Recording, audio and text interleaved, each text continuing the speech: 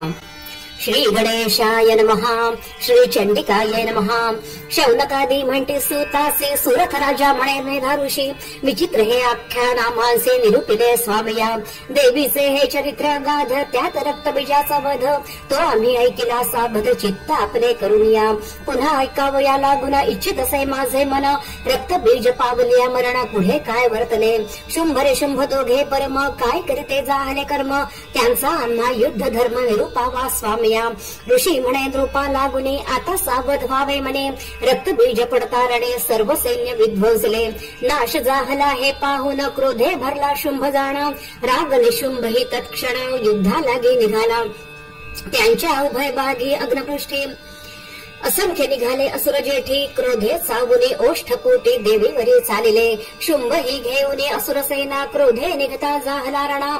युद्ध देऊने मातृगणा देवीवरी धावला.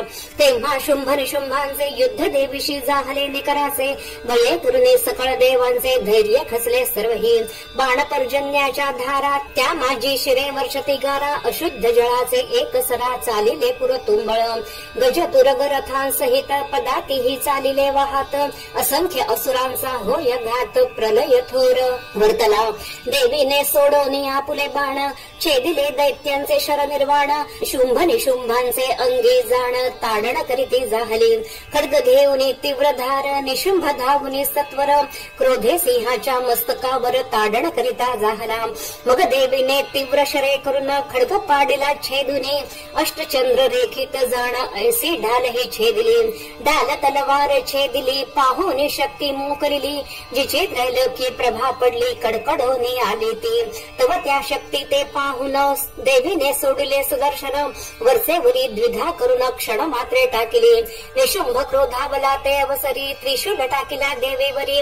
देवीने तो मुष्टी प्रहारी चूर्ण केला क्षणार्धे. मग गदा तोलोनी असुर टाकीता जाहला देवीवर. ती देवीने त्रिशूले सत्वर भस्म केली क्षण मात्रे. त्यानंतर परशु घेऊन धावता जाहला तये क्षणे. देवीने तीव्र बाण मारोनी भूमीवर मूर्छित पाडिला. निशुंभ पडता भूमीवरी क्रोधे शुंभ धावला सत्वरी. बैसोनिया रथांतरी आयुधे धरी करात.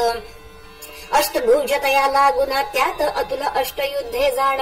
त्याही व्यापोनी सर्व गगन शोभता जाहला ते काळी. शुंभ आला हे देखून देवीने शंख वाजविला पूर्ण. धनुष्य टणत्कारेन करून ब्रह्मांड हे गाजविले. त्यात घंटानादाचा ध्वनी नाद भरला दिग्गज करणे. तो नाद असुर ऐकोने पाठी दडते शुंभाच्या. त्यात वाद्यांचा घोष अपार असुर गर्जती भयंकर. स्वर्ग मृत्यू पाताळ अंबर नादे भरले सर्वही. त्यात सिंहाची आरोळी नाद भरला ब्रह्मांड गोळी. प्रतिध्वनी अंतराळी भयंकर जाहला. पृथ्वी थरारली अंतरी शेष टाको पाहे सत्वरी. चतुर्दश लोकांभितरी प्रलय काल वर्तला. दिग्गज जाहले मूर्छागत इतरांचा जाहला अंत. गत प्राण असंख्यात दैत्य जाहले ते काळी. त्यात काली उड्डाण करून दही कराते उभारून. आकाश पृथ्वी ते ताडन करीती जाहले ते काळी. ब्रह्मांड गरजिले ऐसा नाद पूर्वे जाहला जो प्रसिद्ध.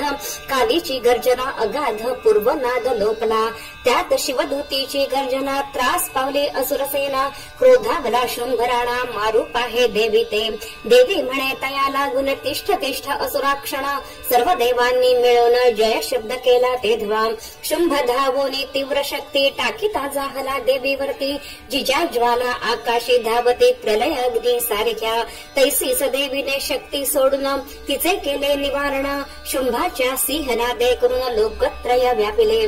त्याच्या सैन्याचा शब्द दारुण मारा म्हणून उठला जाण. निशुंभाच्या शब्दाते जिंकून शब्द जाहला त्रिलोकी.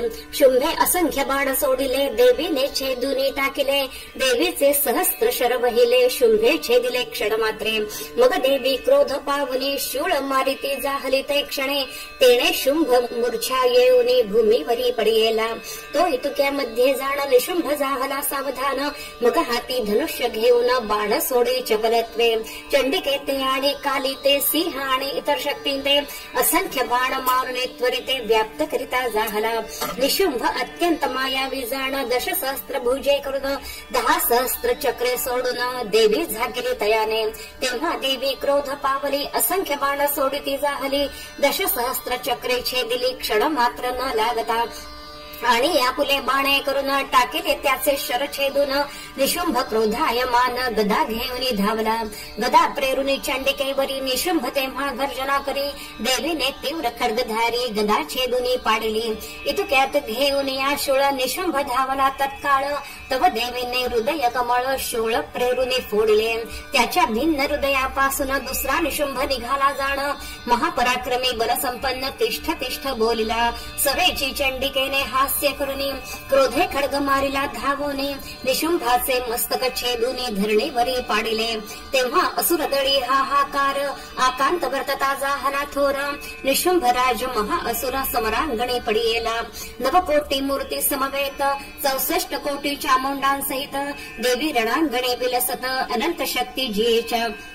स्वर्गलोकी आनंद थोर देव वर्षती पुष्पभार लागला वाद्यांचा गजर स्तवन करीते सर्वही.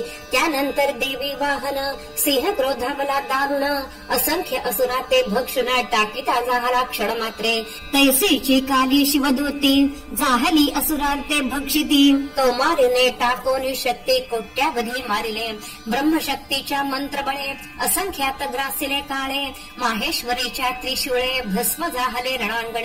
महिषारूढ ते वाराही असुर मारिले तुंड घाई दैत्या ते खंड विखंड पाही वैष्णवी करी चक्राने. इंद्रशक्ती वज्र सोडून तेव्हा असुरांचे करिरण किती एक गेले मरून दृष्टी पाते नृसिंहीच्या.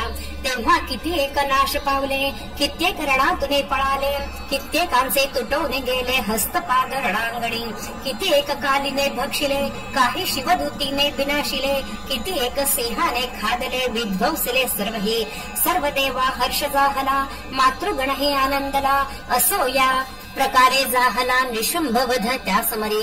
आता पुढील अध्याय जाण शुंभरणे पावेल मरण हे महासरस्वतीचे आख्यान सांगता जाहलो तुझ लागी. हे महात्म्य सुरस बहुत तैसेची पवित्र निश्चित श्रोत्या वक्त्यांचे करून पुनीत सद्वासना पूर्वी पै व्यासे जैसे वर्णन केले तैसेची येथे निरूपिले. याच्या श्रवण पठणे वहिले देवी संतुष्ट होतसे. त्या देवीसी नमस्कार माझे असोत निरंतर तिचे पदस्मरणे सादर राम मानसी लावे की. इथे श्री मार्कंडेय पुराणे सावर्णिके मन्वंतरी देवी भगवती महात्म्ये महासरस्वत्याख्याने निशुंभासुर वध नाम नवमोऽध्यायः. श्री जगदम्बार्पणमस्तु.